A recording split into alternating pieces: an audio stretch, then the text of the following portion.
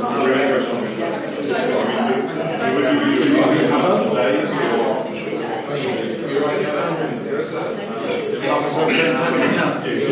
don't need to ring the point or anything.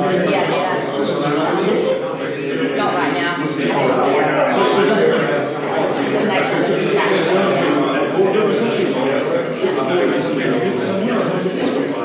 Yeah.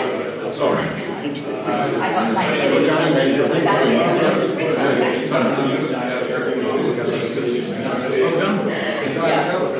I stand. I know, it's really hot. And I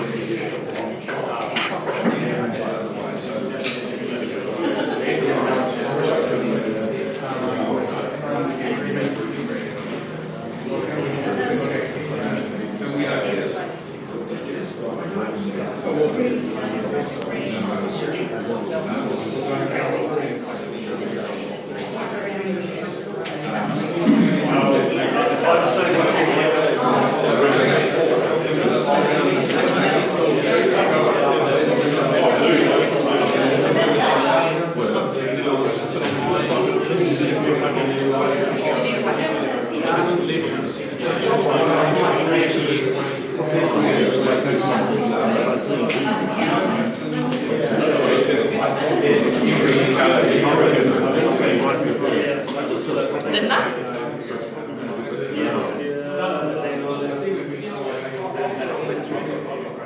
Oh, yeah, 4-3.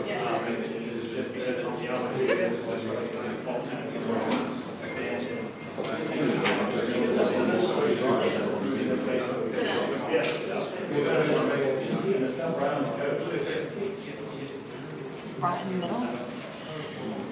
We are at the next briefing for the council meeting. All good? Yeah, just give us a little bit more. We are at the council meeting and this is probably how loud he's going to talk. Are we all okay? Yes, sound check. Testing. Too much pressure, never know what to say. All good? I've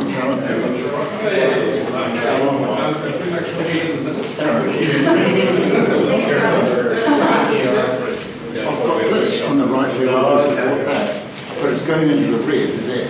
This is the way we're just going to change all your camera settings now. I'm going to add a chip. Sorry.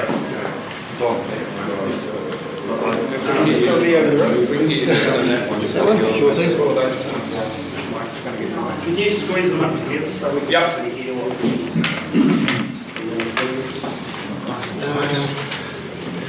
it might be a little. See how that goes. Apologies if I anyone with my elbows in the hands. No, it's fine. What's your name, sir? Fulton Peak. Yep.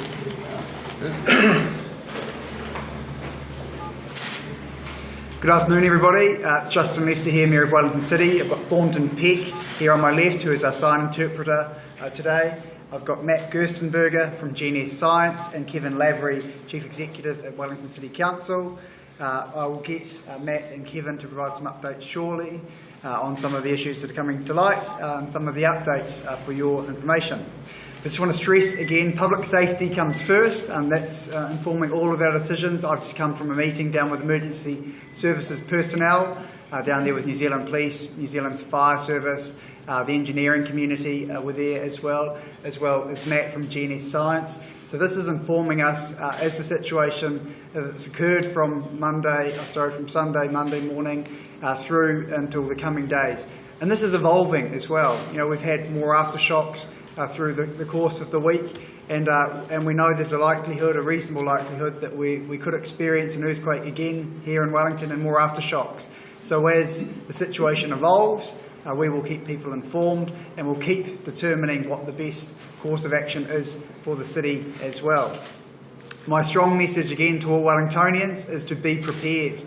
It's essential that you've got your water storage, you've got water and food supplies at home, that you've got a plan in the event of an emergency. So it's really essential that Wellingtonians are being prepared. It's great to see that I'm talking to a lot of people on the streets and people are going out, including our Chief Executive, buying a water storage container. He perhaps should have had one in advance of the week's activities, but it's great to see people are now taking action. That makes me very pleased indeed. In terms of the Reading car park, I've just been down on site with our team from Council and with Minister Jerry Brownlee as well to get some first-hand information at the site with the engineers. They're doing work currently within the next 24 hours. They'll have worked up a plan. There will be a structural repair that will take place which will secure the building in the short term, and that will allow us some time to reduce the cordon, and then it'll give us time to understand the long-term future of the building. There is still a strong likelihood in time that building may need to come down, but that will be informed over the course of the next few days. We had a good discussion with Minister Brownlee, who was here this morning, had a tour of the facilities, asked some questions, gave us some advice from the Christchurch experience and his experience down there in Christchurch. But we are confident, and he is confident, that we are making the right decisions. I also spent the evening on the phone last night to the Prime Minister, to Minister Smith and Minister Lotuinga, and all are confident that we are making the appropriate decisions given the current situation and the information we have to hand. I'm now going to ask Kevin Lavery, on behalf of the Wellington City Council, to talk about the recovery that we're planning to enter into now, and the structure and the recovery and what that looks like. Thanks, Kevin. Thanks, Justin.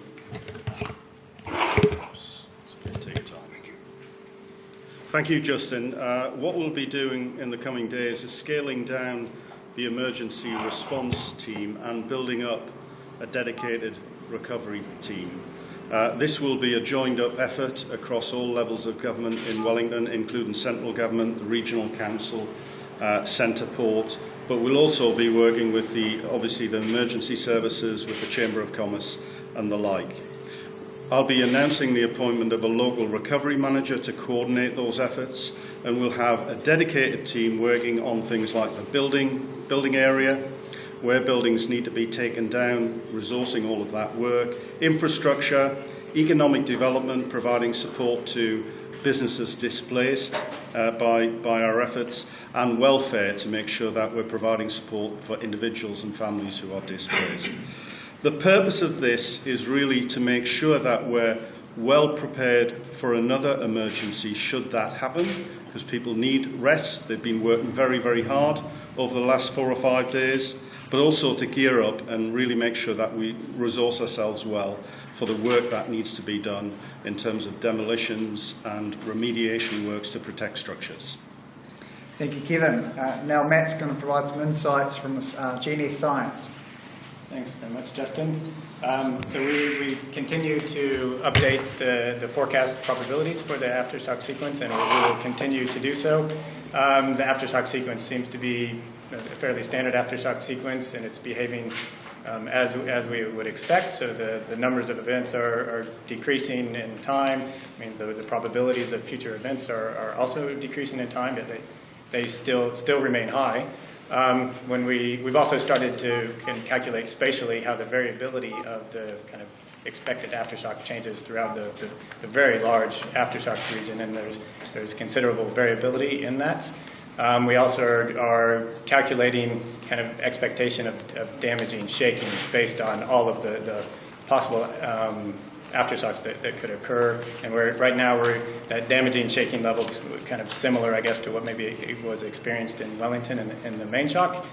And probabilities are variable throughout the whole aftershock region for what that shaking might be. So nearer to the main faults that ruptured, that could be as high as an 80% probability of experiencing that sort of shaking in the next 30 days. Or in the Wellington region, it's significantly lower on the kind of less than 5 to 10% level for the expectation of that damaging shaking in the next 30 days. Of course, Wellington's a high seismicity region, so there's always a reasonable chance of shaking here, and this remains elevated over what we would normally expect or prior to this began in the Wellington region.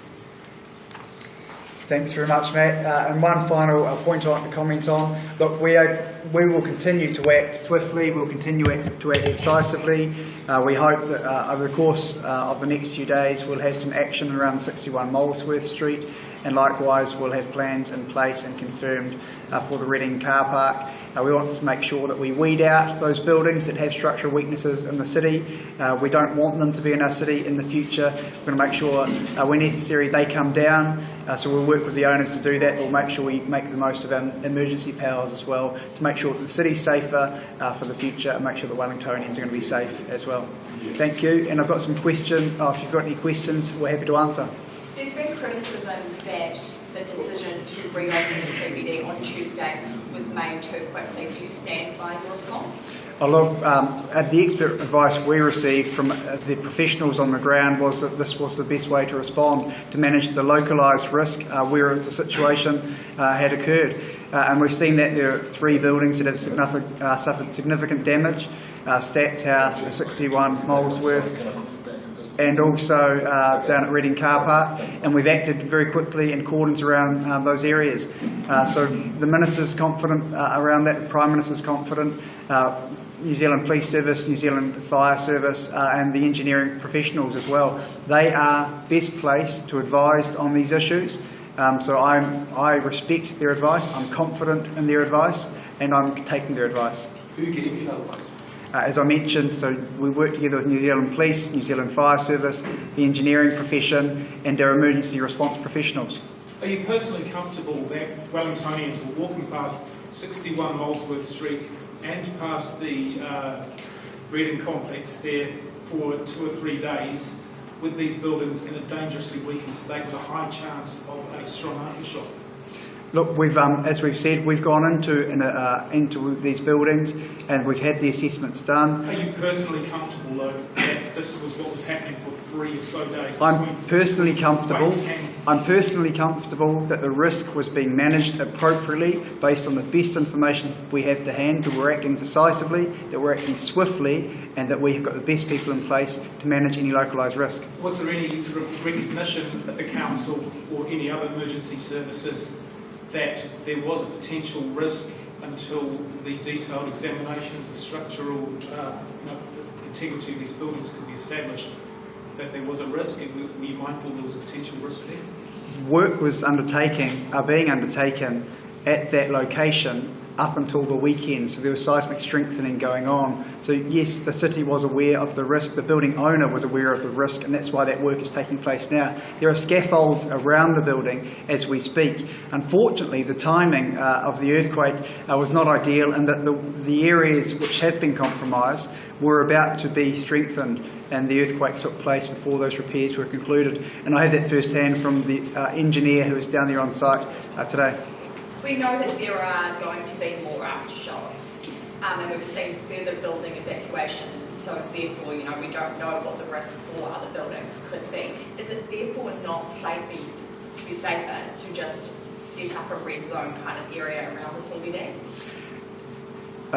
To put a red zone cordon around the entire CBD is a significant decision, because how long would that cordon remain in place? Would it remain in place for 4 weeks, for 4 months, for 4 years, or forever? So we make decisions based on the best information we have at hand and the expert advice we receive on the ground. So we have not seen catastrophic failure of buildings in Wellington. We've seen largely superficial damage, no damage to the vast majority of buildings, and some structural damage to a small number of buildings. That's a concern, that we've had any type of damage. And look, let's be honest, we've had a significant earthquake. A really significant earthquake. We don't shy away from that fact. No one wished that we were going to have this earthquake. No one wanted it to happen, but we're aware of the fact that earthquakes take place and it's a highly seismic region. So we need to live with that, we need to understand that, and we need to manage the risk. Life safety is our paramount concern. I don't want anybody going into the CBD unsafely. I don't want anybody to be injured, and I don't want to have any fatalities. As Mayor, and nobody at this table or anybody that's dealing with this emergency and its response wants to see that happen. You had buildings that were compromised after the 2013 ones. Shouldn't you have just shut those down until you had a chance to assess them? So, for example, The Reading car park was closed for 18 months after the 2013 So should you earthquake. shut it down straight after the summit? It wasn't re-entered, so that's exactly what's happened, and the system has worked, so no one has re-entered that building since the earthquake. One of the things you need to recognise is that there's sometimes damage from the earthquake, but then there is further damage from the aftershocks. So every time there's an aftershock above 5, there's a rechecking of all these things, and the situation is not static, it is dynamic, it changes with time.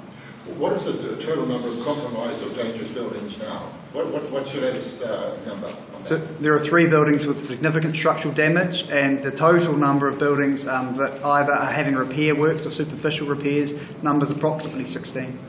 16.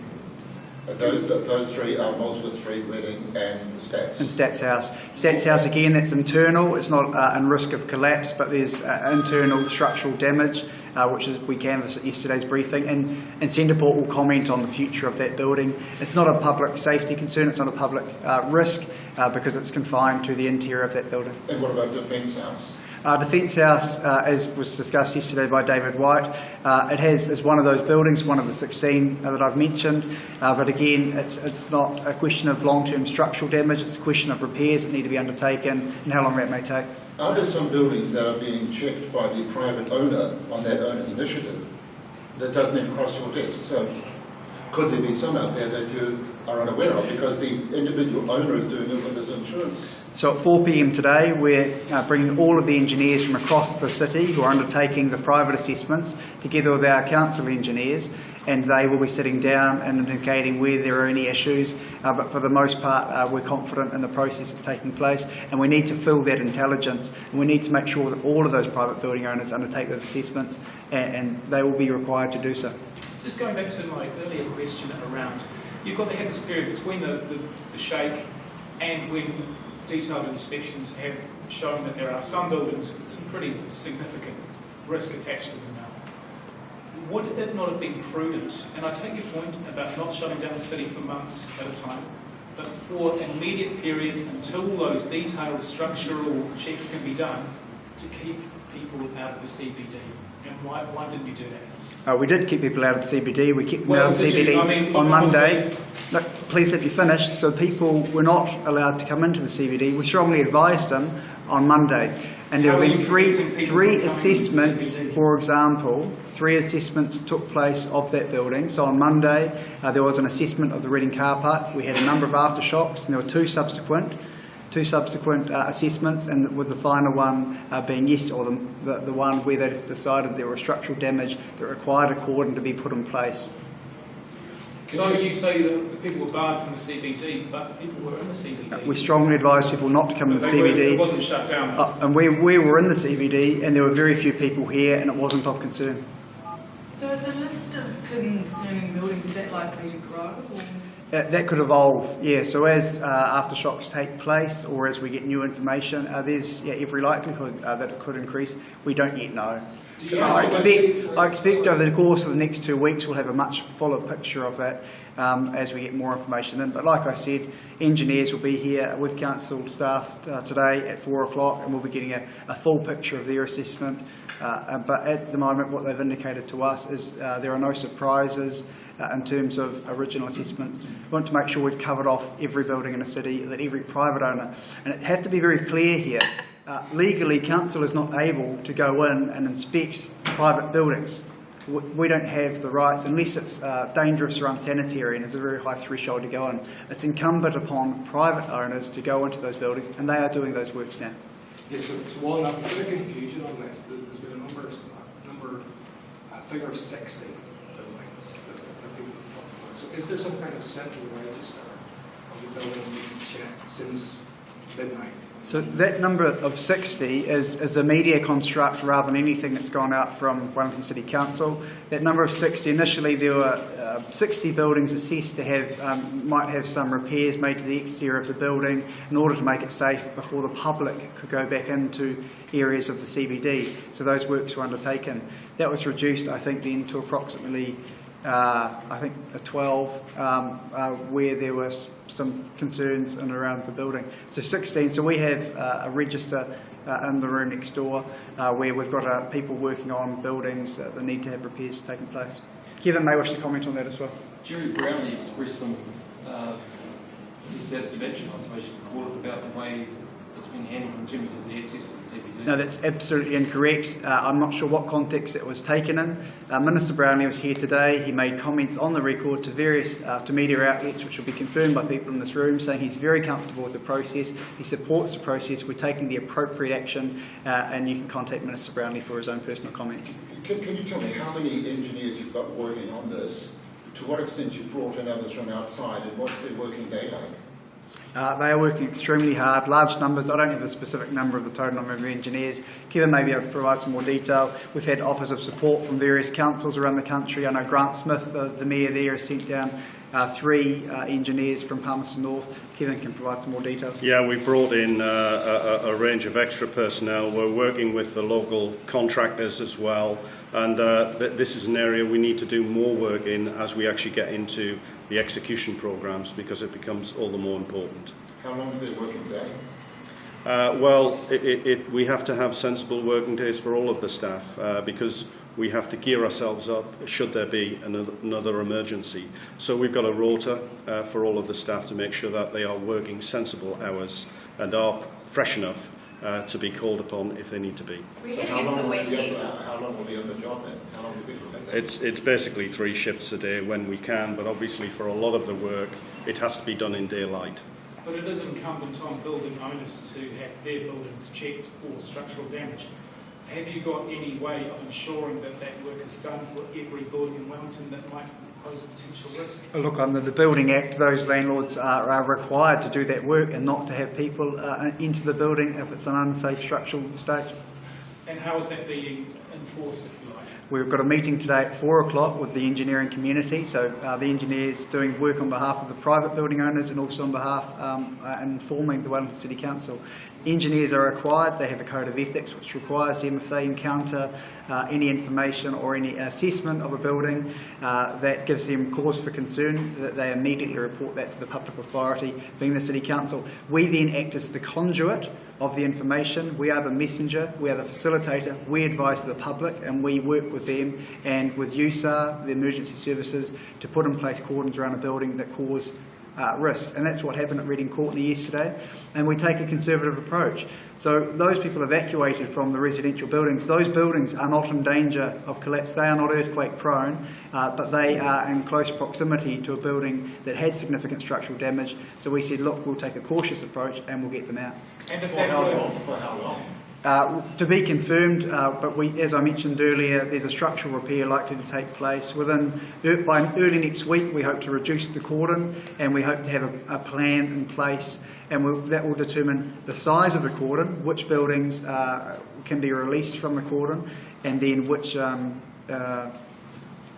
how long the repair will take place before those buildings can be reoccupied.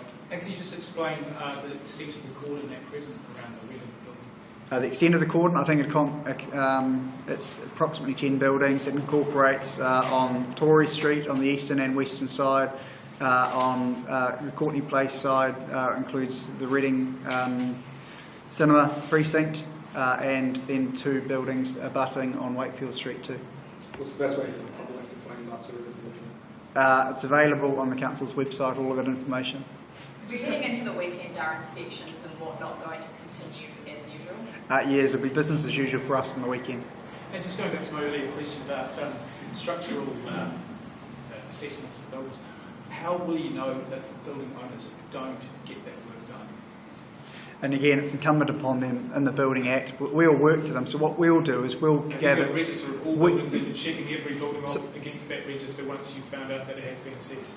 For example, so we are going through and doing our own assessments of buildings that could potentially have had damage occurred within them, and then we'll be sitting down with those engineers and working the ones that, in exceptional circumstances where there may have been damage. Is there any concern that there may be some building owners who may skirt over the inspection process just so they can get people back into them? Well, that would be unlawful under the Building Act. It might be unlawful, but people might still do it. Is there any way to prevent that from happening? Yes. Mitigate against it? At the end of the day, the council has the ability to take control That was actually what we did with the lift shaft in 2013, and we recovered the costs of demolishing through the insurance of the private owners. Clearly, that's not where you want to start. We need to work in partnership with owners and with engineers, and for the vast majority, partnership is very, very good. But where that doesn't happen, we're prepared to intervene and act because we put public safety first. Is there a new threshold for earthquake pro? It's 34% of the current building code. I know, but seeing as some of these newer buildings and There was an assessment or an inquiry after the Christchurch earthquakes. It was determined that by central government that was appropriate. That's something for central government to consider. But we'll be sitting down with them, likewise with the engineering profession, to understand how the buildings have performed after this earthquake, and again whether any changes are likely to take place. Do you feel safe walking around Wellington City? Yeah, I do. I feel I'm anxious, like anybody. Look, no one wants to have to experience an earthquake, and we don't know what's going to come. I mean, no one in this room can predict what's going to happen next. I can't do that. The engineering professionals. Thankfully, we've got Matt here in GNS Science to give us some world-leading advice around the likelihood of certain events occurring. That gives us some comfort, but it also gives us cause for concern, because we know we're going to have some aftershocks. We know we're likely to have another event of some description. But at the same time, the question is, do we want to live in Wellington? We all came to the city because we love the city. We're proud Wellingtonians. We've always known there's a risk of a big one. It's just a question of when that occurs. It may be in a month's time. It may be in 1,000 years' time. What's your current ballpark figure for how much this is going to cost the city? We're doing some analysis at the moment, and I'll let Kevin talk to that in more detail, just in terms of, for example, if we put a cordon around the city, how much is that going to cost? And currently, with the impacts on tourism, on conferences, on hotel stays, what the cost is. So we'll do some, but it's going to be in the millions of dollars. We're hearing Wellington Girls High may need to be evacuated. I can't confirm that, but that's what we're hearing. So this is another building that's been cleared for you to go back into. When we get back into it, it's deemed not safe now. So why is that happening? That happens because, as I said earlier, it's not a static situation, it's a dynamic situation. Sometimes the building can be damaged by a subsequent aftershock, so it's something you just have to keep a close eye on, and there have to be regular inspections. But again, wouldn't it be better then to close long term, or not long term, but for more than a day or 2 days? Well, the question is, how long would you close for? Can I just go back to the ballpark figure? If we have a figure for damage to our council repair of council assets rather than some wider... Very, very little damage to council assets. We had... Infrastructure, horizontal infrastructure... we have done sweeps of the horizontal infrastructure. I don't have that data to hand, but pretty minimal. In terms of our council facilities, pretty much all of the facilities were open straight away after the earthquake, with the exception of the administrative facilities in the centre of town. They've both been cleared. There's basically clean-up work there, nothing structural at all. Central Library is another one that will open shortly. No structural work there. It's really basically clean-up assessment. So very, very small given the scale of the quake. On the wider issue of the economy, a lot of work to be done there. It will definitely have an impact. Probably the area we're most concerned about is if we have to displace businesses for short periods of time, the impact it has on small and medium-sized businesses, even if they're out for 4 to 6 weeks while perhaps a building has been demolished. That's something we're talking to government about to see whether some support can be provided, as it has been in other areas. I can see there's interest in terms of whether a cordon should be in place in Wellington. I'd simply like to say, look, the question that we have to weigh up is how significant is the structural damage. We also have to consider, do we put in place a cordon which would affect the 99% of buildings that have had no damage to them or very little damage, to be governed by the 1% of localised issues where those buildings have been affected. So we've made a decision that for the 99% of buildings unaffected, we want to make sure that they can get on with their business and occupy their buildings. So we've got to make sure that we take some balance in this approach. Any decision we make affects everybody across the entire city. I guess the focus of concern, Mr. Lester, is that period immediately after the quake, where, I mean, you're saying the CBD was closed off. Well, it wasn't. Where the amount of damage, structural damage to buildings was unknown. And I think that is what people are concerned about. There was that period, didn't know what the damage was, people were still in the central city. As we've seen through practice, there wasn't an issue. So we've seen through practice there wasn't an issue, and we assessed that based on the level of damage that took place. It wasn't catastrophic failure, it wasn't significant structural damage, it was largely superficial damage, and currently we have 3 buildings that have suffered significant structural damage, which has been brought to our attention over the course of the 5 days. And as Kevin mentioned, it's not a static equation, it's a dynamic one. We've had significant aftershocks through the period as well. So I think it is worth remembering, in the immediate aftermath of the quake, we had engineers and building inspectors undertaking reviews at night and during the day, a whole sweep of the CBD. Areas of immediate risk that were identified were cordoned off, so you remember Featherstone Street, so there was initial work done on all of these things, and that was all part of the decision to reopen large parts of the CBD. You've got the Defence House that's basically one of the buildings that's compromised. Are you concerned that, I mean, they're quite essential, an essential service, if you like, in an event like this? If there's another one, you've got the Defence Forces almost compromised itself, and how much it can help? Oh look, I'm fully confident the Defence Force has a business continuity plan. So no, I have very little concern about the Defence Force and how it'll operate. I already understand they're looking at accommodation in the interim. There's some vacant government property already, so they're considering where they move to and how quickly that takes place. But if there's one organisation I've got full confidence in to manage an emergency, that's certainly New Zealand Defence. That's no. Thank you. Will briefings continue over the weekend, or can you expect? Yet to be determined, but yeah. Thank you. Thank you. Matt, thank you. Appreciate it. Thanks, Matt, for giving that short Just can you clarify what's happening with Monmouth? So what are the, in terms of the timing? I spoke to someone. Literally, everything going on at the moment. So we're working hard on it. It's either out of my perspective,